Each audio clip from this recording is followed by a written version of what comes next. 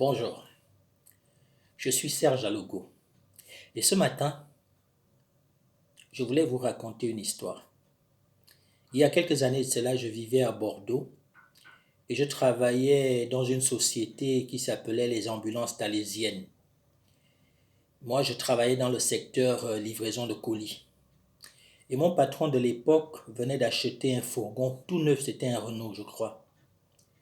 Et j'avais la responsabilité de le conduire. C'est donc ainsi qu'un matin, j'ai chargé mes colis comme je le faisais d'habitude.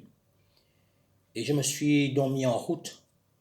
Et cette fois, ce matin-là, je devais livrer dans le Médoc. Pour ceux qui connaissent un peu la Gironde, vous voyez de quoi je parle. Et à la veille, il avait plu. Donc les routes n'étaient pas tellement sûres. Du moins, ça pouvait glisser.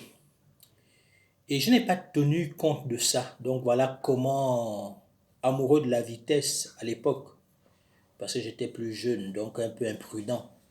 Amoureux de la vitesse, j'ai speedé parce qu'il me fallait livrer rapidement et puis rentrer chez moi. Et qu'est-ce qui s'est passé? Arrivé dans une petite route, mon véhicule s'est emballé. Et c'est comme ça que je perds le contrôle du véhicule. La perte du contrôle du véhicule va m'envoyer dans un ravin.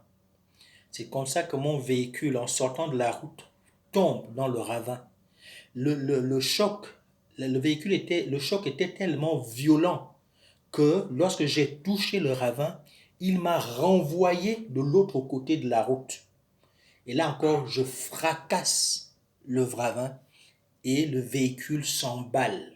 Le véhicule se retrouve dans cette position, donc les roues n'étaient plus dans la direction, dans le sens de la route.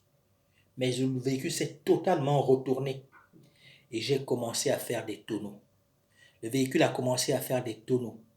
Et je voyais, pendant que j'étais assis sur mon siège conducteur, n'ayant plus le contrôle du véhicule, je voyais les colis qui sortaient de l'arrière du véhicule, tellement le choc avait ouvert les portes arrière. Les colis étaient en train de sortir. Les colis étaient en train de sortir. Et pendant tout ce temps-là, mon véhicule faisait des tonneaux. Et pendant que mon véhicule faisait des tonneaux, j'étais en train de me dire dans mon cœur, tiens, on m'avait dit qu'avant que quelqu'un ne meure, il voit sa vie défiler. Je m'attendais donc à voir ma vie défiler avant de mourir. Et pendant que le véhicule faisait des tonneaux, je peux vous dire, j'avais vraiment le sentiment que le temps s'était arrêté. Pour moi, ce n'était plus quelque chose qui avait duré des secondes, mais ça me semblait une éternité. Et pendant que le véhicule faisait des tonneaux, j'étais en train de me demander ce que ma femme allait devenir. J'étais en train de me demander ce que mes enfants allaient devenir. Je me demandais, est-ce que ma femme va m'enterrer en France ou elle va ramener mon corps au Gabon? Qu'est-ce qu'elle va faire? Est-ce qu'elle va se remarier ou elle va rester veuve? Et le véhicule faisait des tonneaux. À un moment donné, ça s'est arrêté. Le véhicule s'est immobilisé. Et je me suis dit, est-ce que je suis mort ou je suis encore vivant? Je me suis dit, bon, si j'arrive à bouger mon corps, c'est que je suis encore vivant. Mais si jamais je me rends compte que j'aperçois mon corps, je comprendrai que je suis passé de l'autre côté. Miracle, je suis arrivé à bouger mon corps. J'ai compris qu'en fait, quand le véhicule est tombé d'abord dans le ravin, la ceinture que je portais m'a bloqué sur le siège parce que le siège s'est cassé pendant que le véhicule faisait des tonneaux. Mais comme la ceinture m'avait plaqué sur le siège, je ne suis pas sorti parce que les vitres s'étaient cassées, le pare-brise fissuré.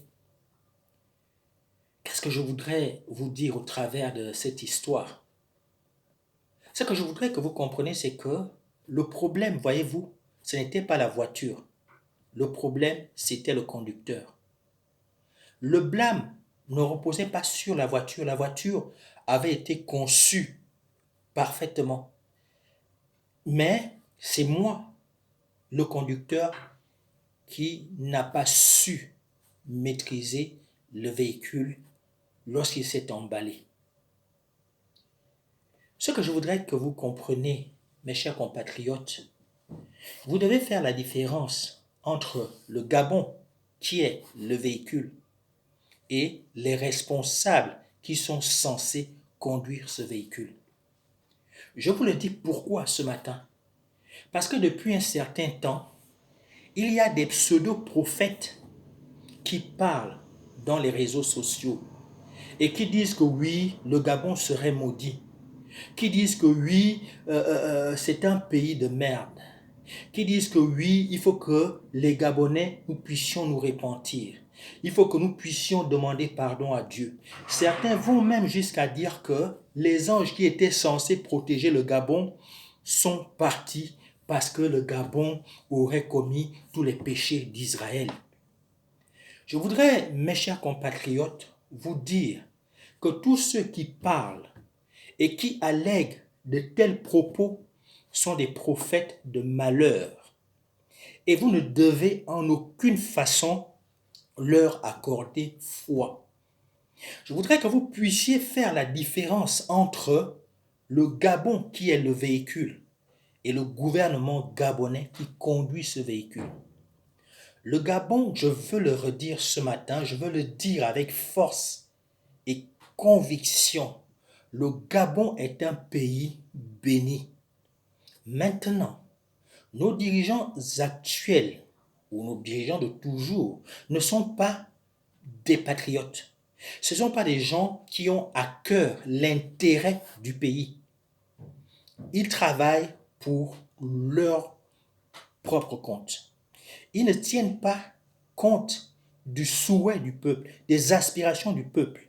Mais cela ne doit pas justifier que l'on vienne dire que le Gabon est maudit.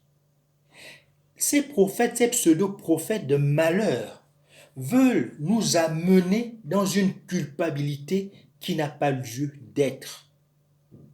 Non, vous devez faire impérativement la différence entre le véhicule et celui qui conduit.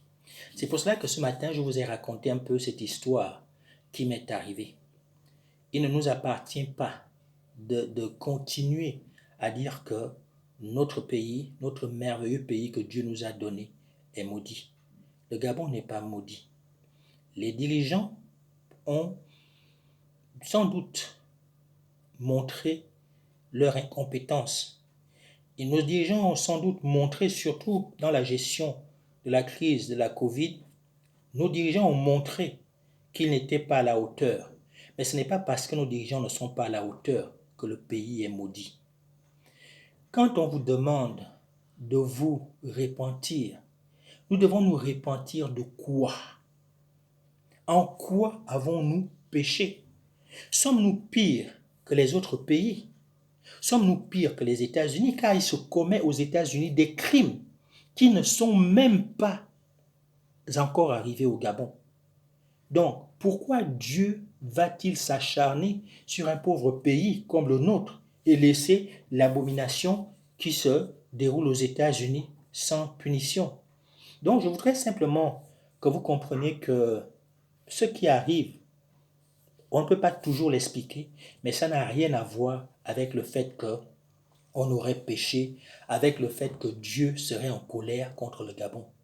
Si Dieu devait se mettre en colère contre le Gabon, il se mettrait en colère contre la France, il se mettrait en colère contre les États-Unis, il se mettrait en colère contre tous les pays du monde entier, car aucun pays sur cette terre n'accomplit parfaitement la volonté de Dieu.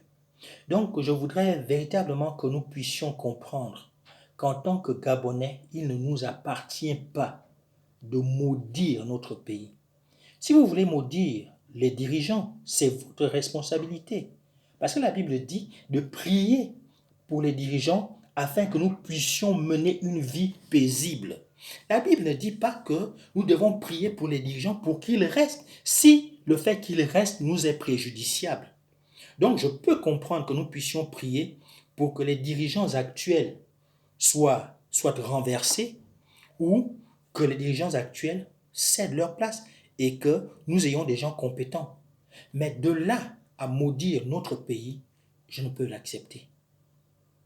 Donc, ne cédez pas au son de ces sirènes qui veulent vous faire croire que notre pays serait maudit.